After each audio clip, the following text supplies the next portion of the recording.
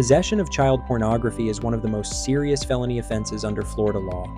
In Florida, it is illegal to knowingly possess, control, solicit, or intentionally view any image, video, data file, computer depiction, or other material that the person knows contains child pornography.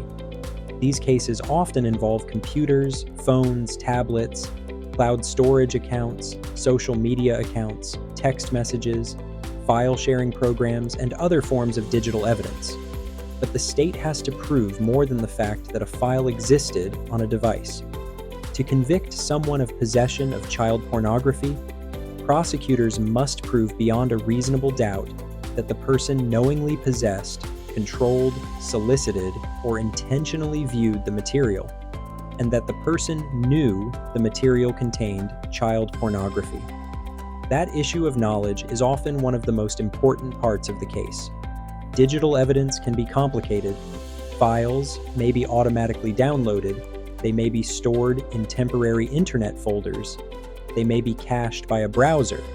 They may come from peer-to-peer file sharing programs. And in some cases, multiple people may have access to the same device, account, or internet connection. That is why a detailed forensic review can be critical. Another important issue is that each image can be charged as a separate offense. Under Florida law, each photograph, image, video, computer depiction, or other presentation can count as a separate criminal charge. If one image depicts more than one child, each child depicted may also count as a separate offense. That means a single investigation can lead to dozens, hundreds, or even thousands of felony counts. Possession of child pornography is generally a third-degree felony in Florida. A conviction can carry up to 5 years in Florida State Prison, up to 5 years of probation, a fine of up to $5,000, a permanent felony conviction, and mandatory sex offender registration. In certain cases, the charge can be reclassified to a second-degree felony.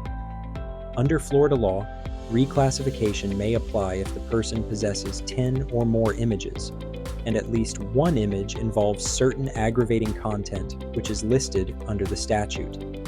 If reclassified to a second-degree felony, the offense can be punishable by up to 15 years in Florida State Prison, up to 15 years of probation, and a fine of up to $10,000.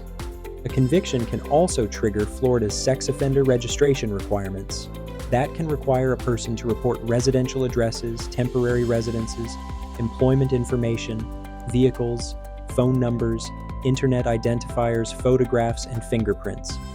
Failure to comply with registration requirements can result in new felony charges.